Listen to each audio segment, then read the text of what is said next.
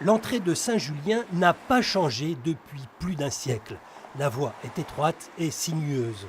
Le flot de la circulation, lui, a considérablement augmenté, résultat des accidents à répétition.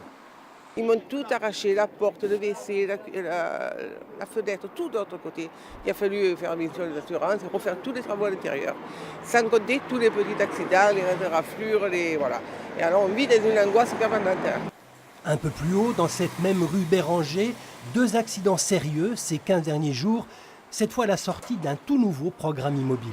On part sur une voiture et demie par logement. On constate qu'il y a trois voitures souvent par logement. Donc vous avez forcément des voitures qui garent dehors. Et les promoteurs ne jouent pas forcément le jeu. Et donc ça entraîne des nuisances et des problèmes de stationnement et de circulation. Depuis la loi Allure, les constructions fleurissent à Saint-Julien. Ici, 32 logements. En contrebas, un programme de 72 appartements va voir le jour. Là encore, peu de transports en commun et une voirie inadaptée. La solution, freiner la construction d'ensembles collectifs. Sur notre secteur des 11e et 12e arrondissements, nous abritons aujourd'hui 30% des demandes de permis de construire. C'est énorme pour tout Marseille.